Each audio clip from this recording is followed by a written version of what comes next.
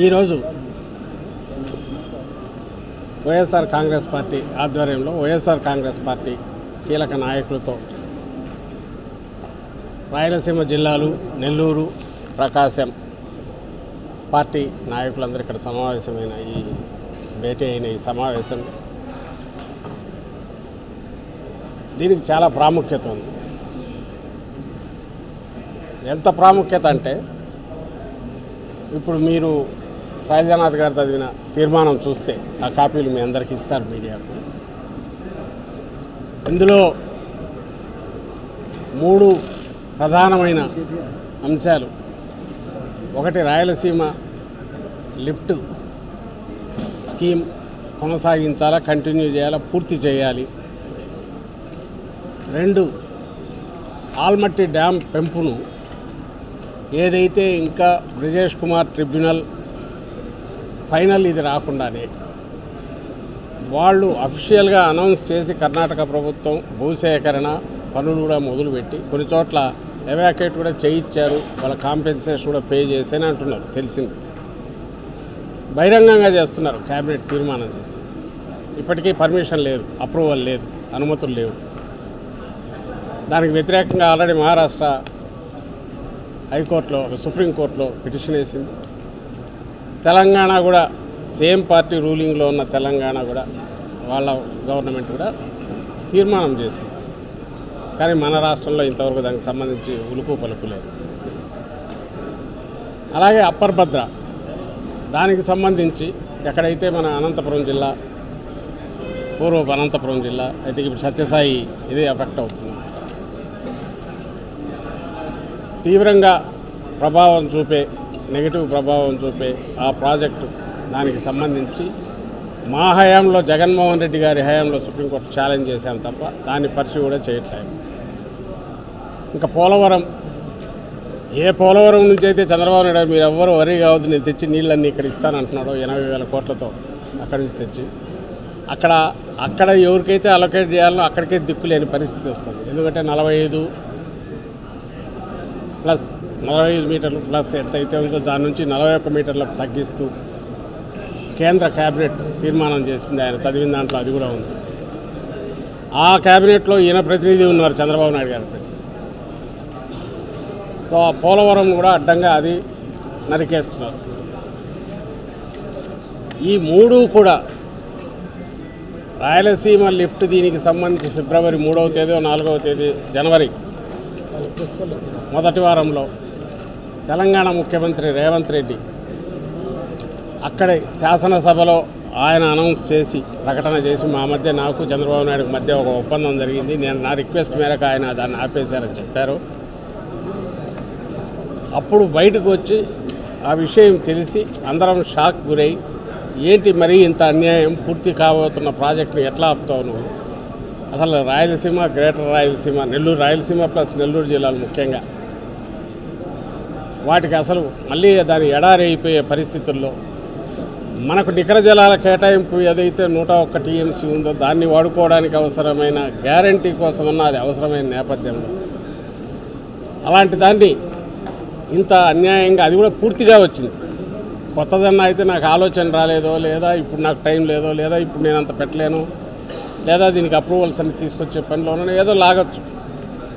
జగన్మోహన్ రెడ్డి గారు సుమారుగా 90% పూర్తి చేసిన దాన్ని నువ్వు దాన్ని కూడా బయటకు తెలియకుండా గుట్టు చప్పుడు కాకుండా పక్క స్టేట్ సీఎంతో ఒక ఒప్పందంలో మరి నువ్వు ఎందుకు ఏం తాకట్టు పెట్టావు, ఏం చేసావో తెలియదు, దాన్ని ఆపేశారని ఆయన చెప్తే కనీసం ఖండించలేదు, ఎలాంటి స్టేట్మెంట్ చేయలేదు.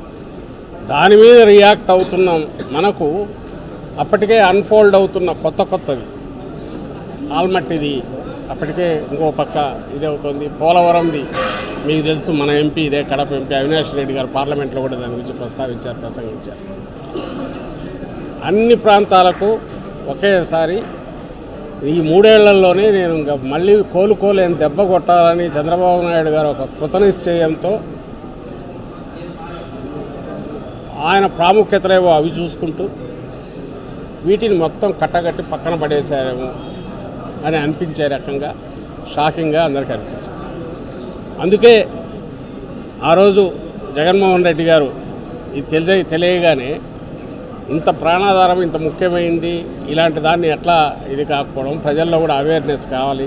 దీని గురించి పార్టీ పరంగా మిగిలిన వాళ్ళు కలుపుకొని కార్యాచరణ మొదలు పెట్టండి అన్న ఏదైతే ఆలోచన మొదలైందో, దాని తర్వాత ఇవి కూడా అంతే కీలకమైన ఇష్యూ.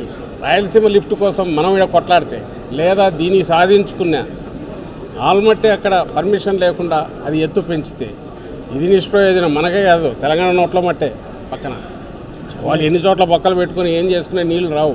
మనం లిఫ్ట్ పెట్టుకొని ఏం గాలి తప్ప ఏం రాదు దాంట్లో.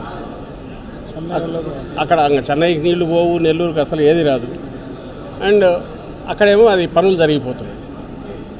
ఇటు పక్క పోలవరం నిజంగా కూడా మన స్కీమ్లో జగన్మోహన్ రెడ్డి గారి ఆలోచనలో, అంతకుముందు రాజశేఖర రెడ్డి గారి హయాంలో కూడా కుడికాలం ఏదైతే తీసుకొస్తామో అక్కడి నుంచి తీసి ఇక్కడికి వీలైనన్ని ఫ్యూచర్ దీంట్లో నదుల అనుసంధానంలో దాన్ని కూడా పార్ట్ చేయాలనేది అందరికీ ఉంది.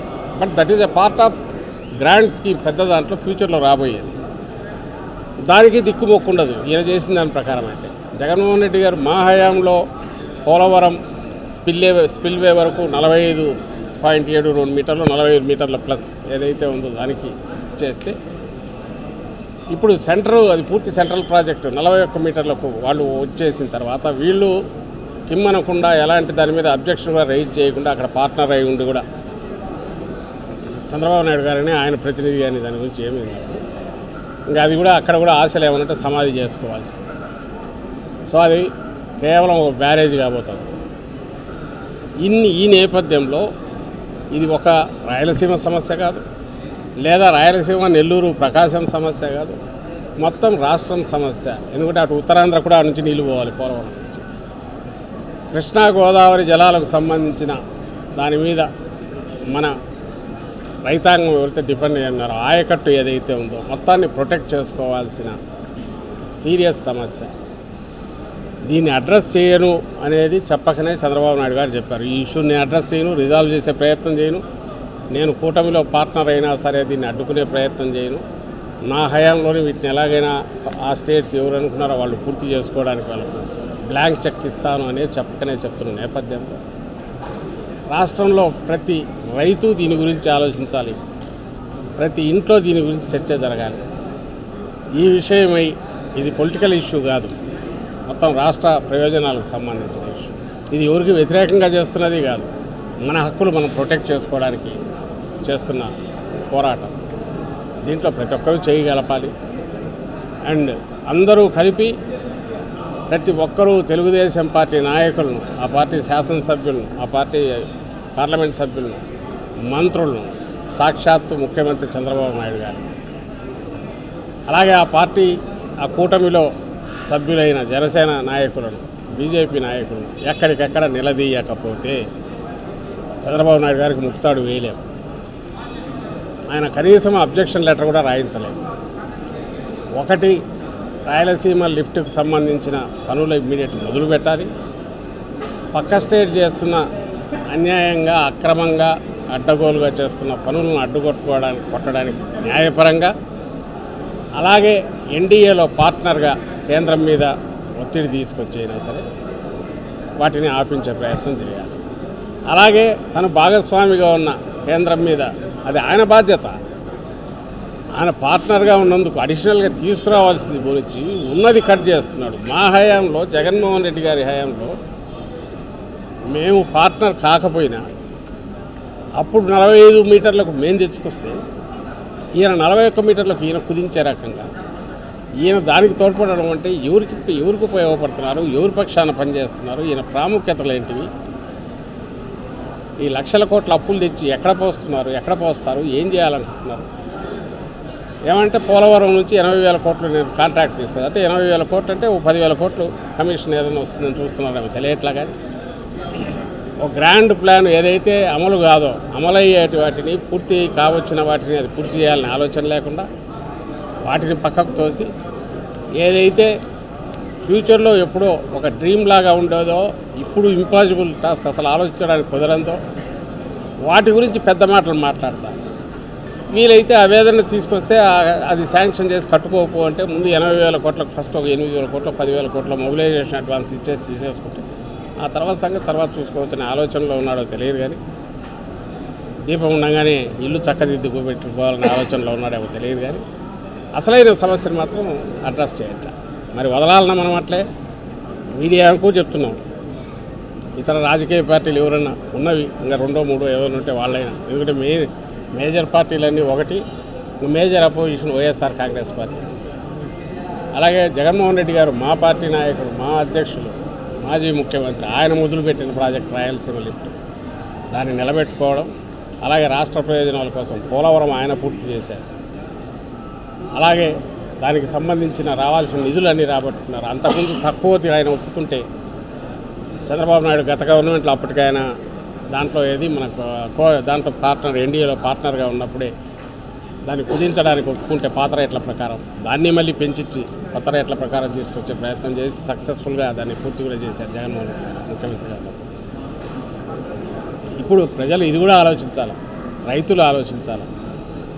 చంద్రబాబు నాయుడు గారు కొట్టబోయే దెబ్బ ఎంత దెబ్బ, అలాగే జగన్మోహన్ రెడ్డి గారు ప్రతిక్షణం ఏ రకంగా ఆలోచించారు రాష్ట్రం గురించి, రైతుల ప్రయోజనాల గురించి, ప్రజా ప్రయోజనాల గురించి, ప్రతి ఎకరానికి నీళ్ళు ఎలా ఇవ్వాలని ఆలోచించారు.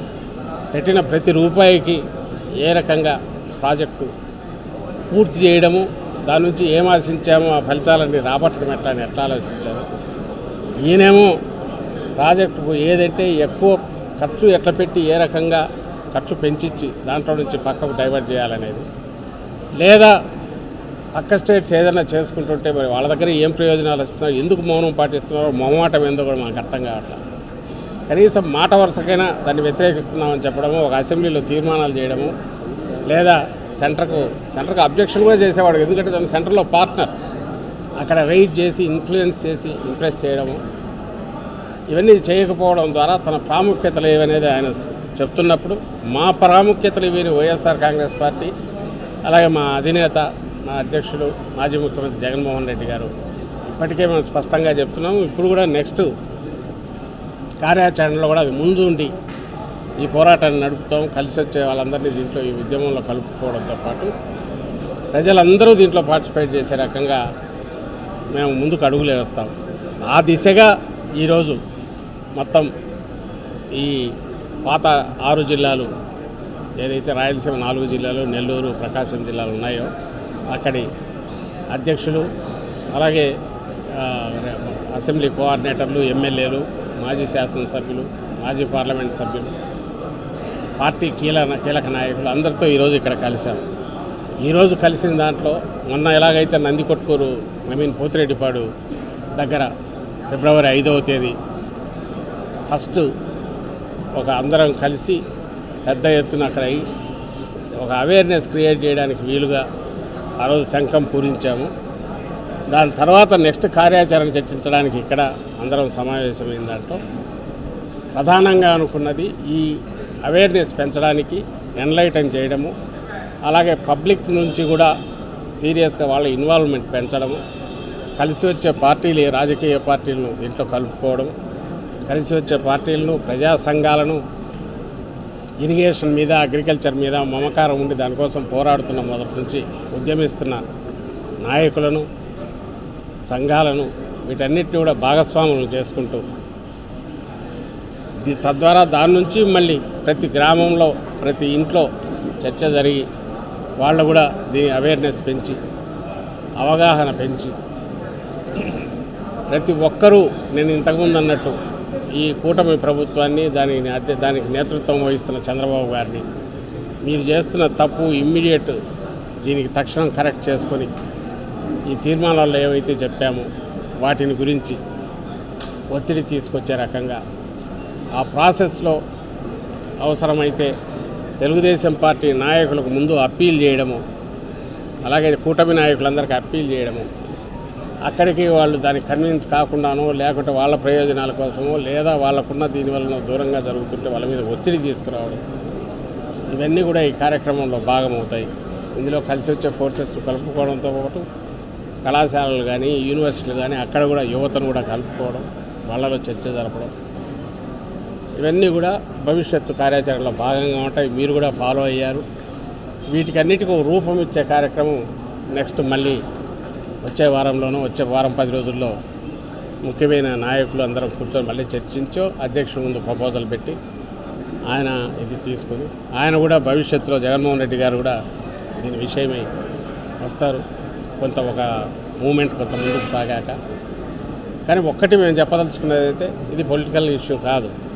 అందుకే మేము మిగిలిన వాటి గురించి చంద్రబాబు నాయుడు గారు దించి మేము వచ్చి చేస్తామని అట్లా ఆయనతోనే చేయించే దిశగా అడుగులు వేద్దాం.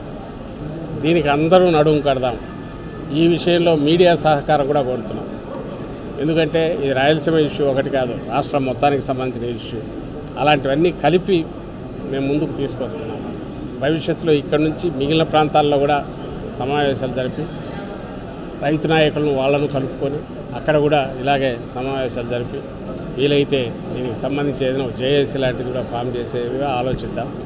వీటన్నిటికీ మీడియా నుంచి కూడా సూచనలు అడుగుతున్నాం. మీరు కూడా మీ సహకారం పూర్తి ఇవ్వాల్సిందిగా కోరుతూ ఈ పూర్తి మాట విని వాళ్ళ మెడలు ఈ ప్రభుత్వం మెడలో ఉంచేంత వరకు ఈ ఉద్యమం ఆగదు, ఈ ప్రజా ఉద్యమం ఆగదని చెప్తూ